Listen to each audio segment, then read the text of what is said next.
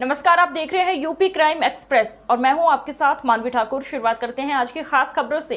तो बड़ी खबर है आजमगढ़ से, जहां मृतक शबनम राजभर के परिवार से मिलने ओम प्रकाश राजभर पहुंचे हैं। आपको बता दें कि न्याय का भरोसा दिलाया है।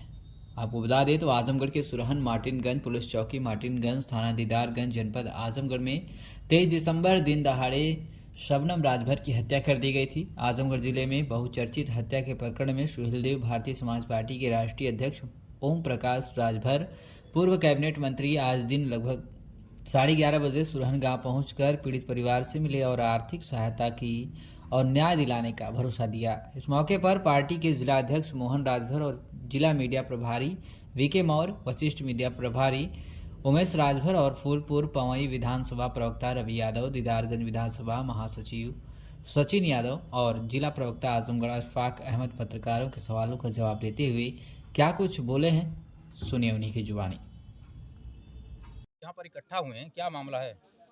मैं सुहेलदेव भारतीय समाज पार्टी का जिला प्रवक्ता आजमगढ़ अशफाक अहमद हूँ और यहाँ 23 तारीख को एक निर्मम हत्या हुई है शबनम राजभर की, जो 22 से 20 वर्षीय की थी। 20 वर्षीय की थी और दिन दहाड़े हुई है, 12 बजे के समय में हुई है, जिसमें हमारे पार्टी के तमाम नेता लगे हुए हैं। हमारे जिला अध्यक्ष मोहन राजभर साहब पहले से लगे हुए हैं, उसी दिन से यहाँ पर मौजूद हैं और उसी कड़ी को लेकर के हमारे राष्ट्रीय अध्यक्ष माननीय ओम प्रकाश राजभर साहब, पूर्व कैबिनेट मंत्री, आज आए और उनके परिवार से मिले और उनकी आर्थिक मदद भी की है।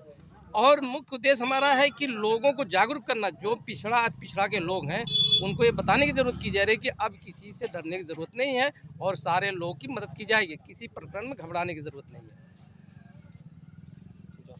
एक प्रकार से यह भी देवरिया जैसी हत्या हुई है, तो ये बताइए कि क्या बुलडोजर चलेगा अपराधियों के घर पर? नहीं, देखिए, जो प्रकरण यह बुलडोजर का मामला होता, जब तक अपराधी गिरफ्तार नहीं होता तो उस पर बुलडोजर चलाने की जो प्रक्रिया चलती है, यहाँ अपराधी गिरफ्तार भी हो गए हैं दोनों और उनको हाफ इनकाउंटर भी किया गया है और एसपी साहब ने मान्य बाइट भी दे दिया है।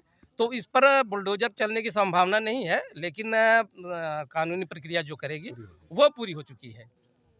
अच्छा, ये बताइए, आज अमृतकाल आज़ादी को मनाया जा रहा है और बेटी पढ़ाओ बेटी बचाओ का नारा दिया गया, लेकिन जिस तरह से यहाँ पर सरेआम बेटी की हत्या की गई है, क्या आपको लगता है कि ऐसी घटनाएं कम नहीं हो रही है? भविष्य में इसको रोका जा सकता है? देखिए, इस बात को अगर देखा जाए तो सही, अगर देखा जाए यह प्रशासन की सशीलता दिखाई जा रही है, कमजोरी दिखाई पड़ी रही है।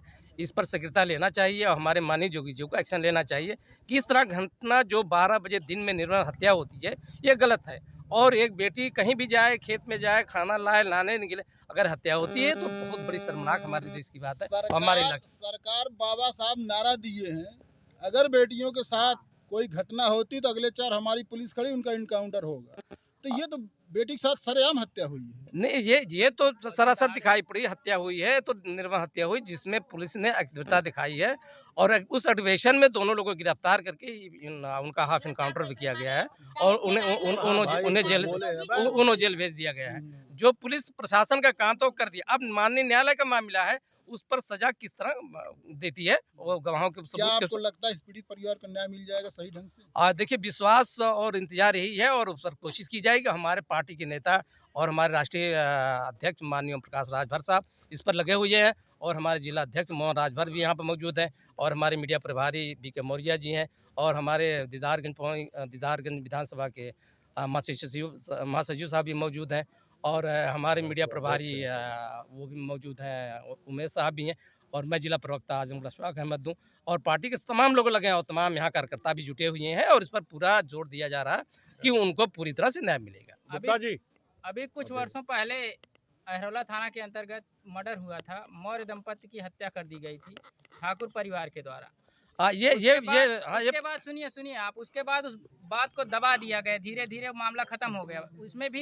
उसमें भी अरेस्ट हुआ था अपराधी, लेकिन फिर मामला खत्म हो गया। उस पे आप क्या कहेंगे? ये बात आपकी पत्रकार महोदय बहुत बढ़िया से की। ये प्रकरण बड़ी तेजी से उछला हुआ था और तमाम पार्टी के बड़े बड़े नेताओं आए और अपनी अपनी बात रख के गए और कुछ लोगों ने सहयोग भी किया, कुछ नहीं किया, जो भी किया सभी ने आकर वहाँ नेतागिरी की, लेकिन नतीजा क्यों नहीं मिला, इसका उनको सजा क्यों नहीं मिली, ये राजनीतिक मामला समझिए या प्रशासन की कमी समझिए, जो भी समझिए।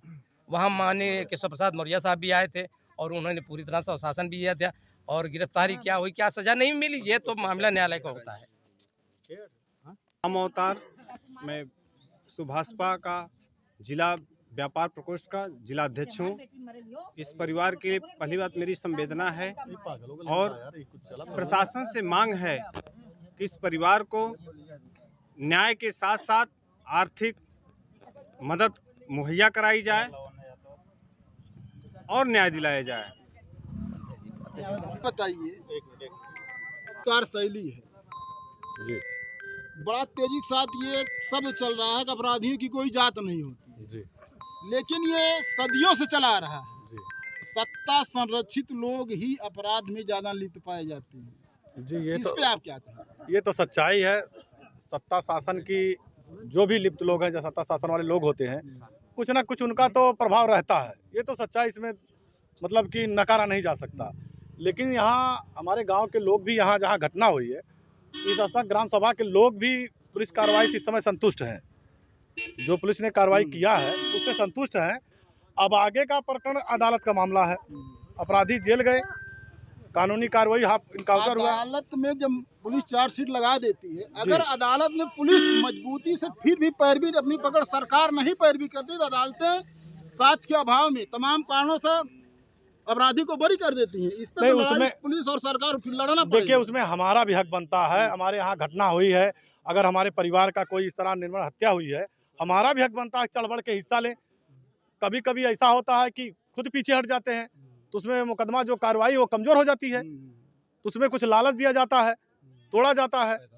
तो इस तरह कई प्रकरण होते हैं, तो उसमें जब टाइट रहेगा सामने वाला तो उसमें सजा होना अनिवार्य है। आप लोग किस प्रकार से पीड़ित परिवार को न्याय दिलाने की योगदान करेंगे? हम सहयोग से, अपने सहयोग से जितनी मदद हो सकेगी समाज से, चंदा चुटकी से, पैसा कौड़ी जो भी मदद होगी उसको दिया जाएगा और मुकदमा लड़ा जाएगा। आज भारतीय समाज में सबसे बड़ी एक चीज हो गई है, गरीब का कोई सहारा नहीं बनता। लोग कहते हैं लेकिन अंत तक साथ छोड़ देते हैं। इस पे आप देखिए, गरीब सहारा बनता, थोड़ी सा गरीब का भी थोड़ी सा उसमें कुछ कमियां हैं, इसको माना जाए। गरीब को भी अभी समझा लीजिए, अगर वो लाइन पाइन से रहे, अपने लाइन से रहे, बच्चे को पढ़ाई लिखाए, शिक्षा तरफ ध्यान दे, रोजगार की तरफ ध्यान दे, तो उसको असर नहीं पड़ता। तो उस बताने वाला क्या, बताने वाला बताने तक रहेगा ना। कलम पकड़ा के किताब, हाँ, हम जागरूक करने का जो है वो हम गांव-गांव चल के करते हैं, लेकिन सामने वाला जब सुनने के बाद उसको असर नहीं पड़ता, उसमें कोई क्या करेगा, नेता क्या करेगा, कोई शासन प्रशासन क्या करेगा उसमें? हाँ चाची, क्या नाम है आपका? हमारा नाम उर्मिला है। जी बताइए, यहाँ बड़े बड़े नेता आए और बहुत आश्वासन